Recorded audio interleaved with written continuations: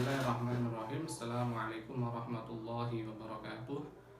Alhamdulillahi wassalatu wassalamu ala rasulillah la nabiyya ba'dah. Qala rabbi shrah li sadri wa yassir li amri wahlul 'uqdatam min lisani yafqahu qawli. Allahumma rzuqna al-ikhlasa fil qawli wal 'amali wan niyyat. Anak-anakku, seperti biasa mengawali kegiatan belajar pada kesempatan kali ini.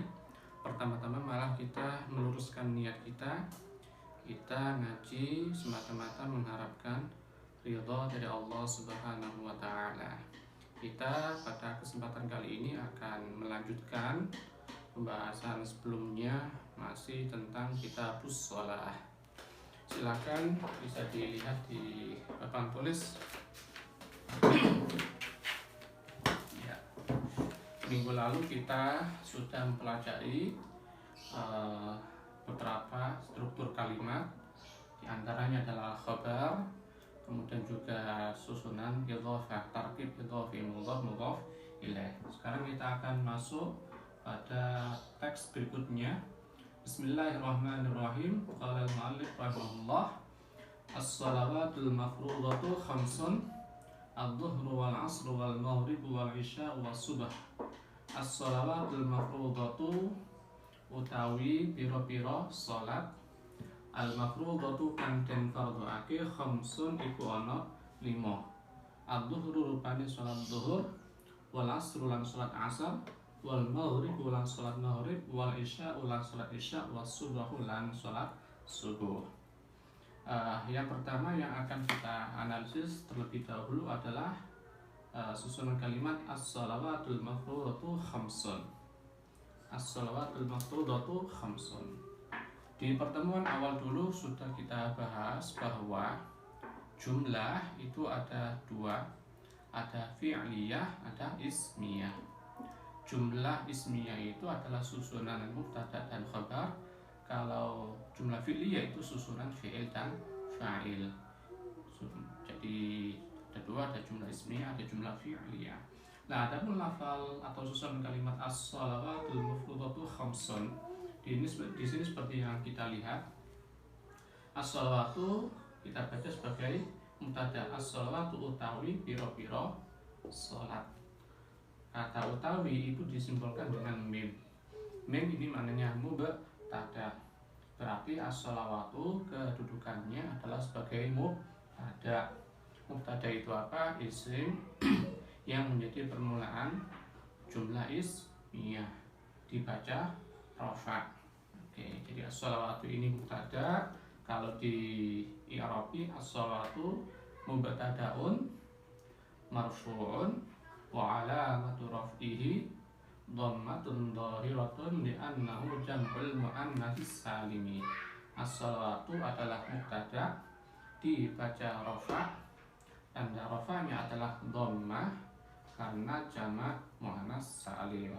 Seperti yang kita pelajari bahwasannya i'rab rafa itu memiliki 4 tanda: dhammah, wawu, alif, thubutun nun.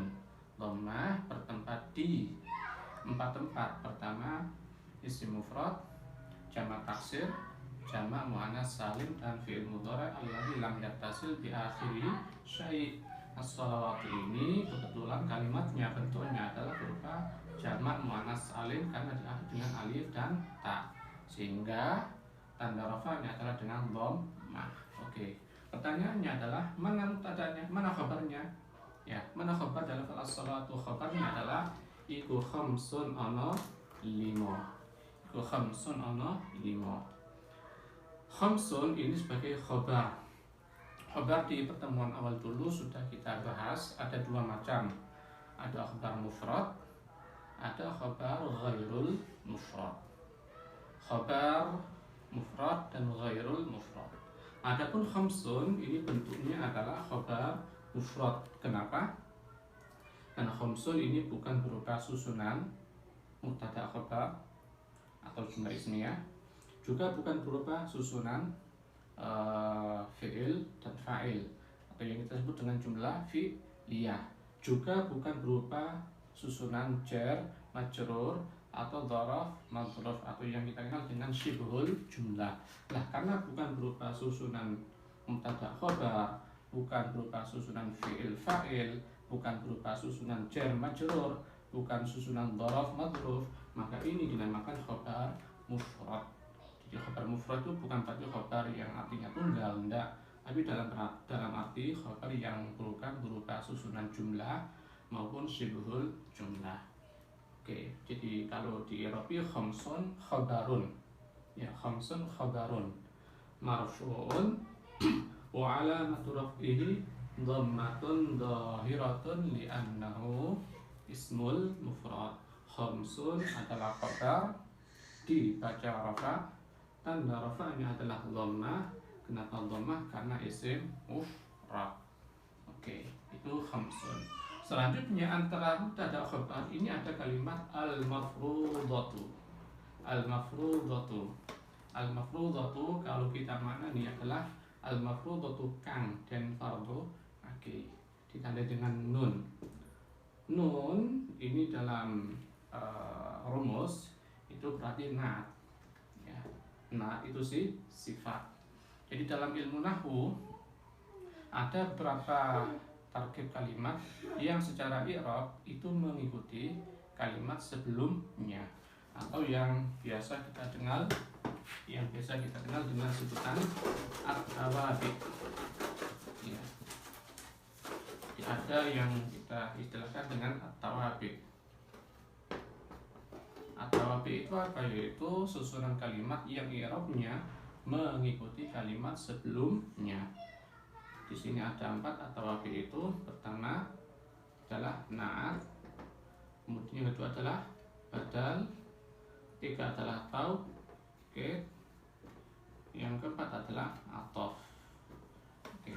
Jadi kalau ada struktur kalimat dia kedudukannya adalah na'at atau badal atau taukid atau athof, maka i'rabnya itu mengikuti kalimat sebelumnya. Kalau sebelumnya rafa, maka sesudahnya dibaca rafa.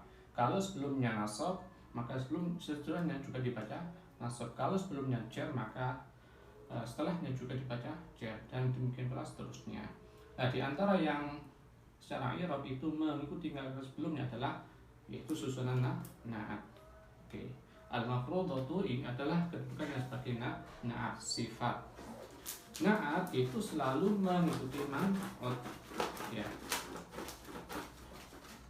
Jadi na'at itu selalu tabi'un lil man'ut, selalu mengikuti man'ut. Mengikuti dalam hal apa? Dalam hal pertama i'rab, yang kedua dalam hal mudzakkar muannas, dan dalam hal mufrad atau tasniyah atau jamak. Yang berikutnya dalam hal ma'rifat nakirah. Jadi na'at itu selalu mengikuti man'ut, mengikuti dalam berapa hal, yaitu dalam hal pertama i'rabnya, apakah rafa, apakah nasab, apakah jar, ya. Kemudian dalam hal mudzakkar muannas, ya, dalam hal mufrad tasniyah dan jamak, dan dalam hal ma'rifat dan nakirah. Itu ketentuan na'at, namanya na'at hakiki. Oke, nanti na'at ada dua, ada hakiki, ada sababi. Sementara kita bahas yang na'at hakiki terlebih dahulu. Oke, kita kembali ke sini. Al-mafrudatu ini adalah kedudukannya sebagai na'at atau sifat. Na'at itu selalu tabi'un lil man'ut, mengikuti man'ut, isim yang disifati. Mafrudhu li na'at, man'utnya adalah as-sholawatu. As-sholawatu utawi pira-pira sholat. Sifati sholat al-mafrudhatu kang den fardhu ake apa sholat. Ya, kang den fardhu ake apa sholat. Lah karena ini na'at, maka al-mafrudhatu itu i'rabnya mengikuti kalimat sebelumnya. Karena sebelumnya as-sholawatu ini dibaca rafa, sholawatu baca rafa, maka otomatis al-mafrudhatu juga dibaca rafa. Maka tanda rafanya adalah dhammah karena isim mufrad. Oke, dalam hal i'rab mengikuti lafaz as-sholawat. Kemudian dalam hal mudzakkar muannas juga demikian. Kita lihat as-shalawatu ini apa? Muannas apa mudzakkar?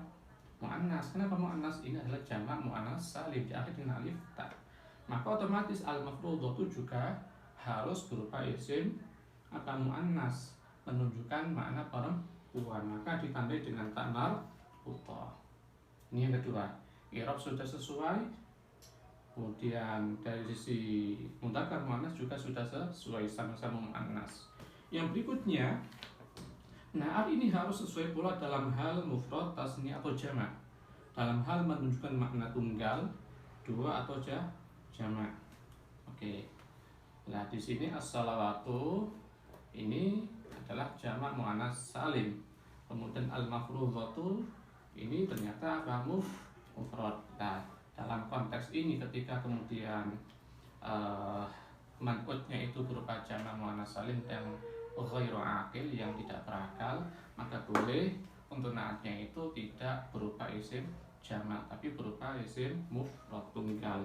Jadi ini al-mafrudhatu itu secara lafal dia adalah tunggal. Ya, meskipun man'utnya di sini adalah berupa jamak muannas salim, tetapi secara prinsip pada prinsipnya ketika man'utnya itu jamak maka naatnya juga harus jamak. Secara prinsip seperti itu. Kemudian yang berikutnya dalam hal ma'rifat nakirah, as-shalawatu ini ma'rifat ditandai dengan al, maka otomatis al-mafrudhatu juga harus dibaca ma'rifat ditandai dengan al. Isim ma'rifat itu apa? Yaitu isim yang menunjukkan makna tertentu. Jumlahnya nanti ada 7 macam kalau tidak salah. Jadi ada isim dhamir, isim syarah, isim mausul, kemudian isim alam, kemudian isim yang diidhofahkan pada salah satu isim ma'rifat dan seterusnya. Oke, itu isim ma'rifat. Lawannya adalah isim nakirah, yaitu isim yang menunjukkan makna tunggal. Jadi sekali lagi, naat itu mengikuti man'ut dalam 4 dari 10 hal. I'rab, rafa, nasab, jar, mudzakkar muannas, mufrad, tasniyah, jamak, dan ma'rifat serta nakirah. Mudah-mudahan bermanfaat dan bisa dipahami. Insyaallah kita lanjutkan di pertemuan berikutnya. Barakallahu fiikum. Wassalamualaikum warahmatullahi wabarakatuh.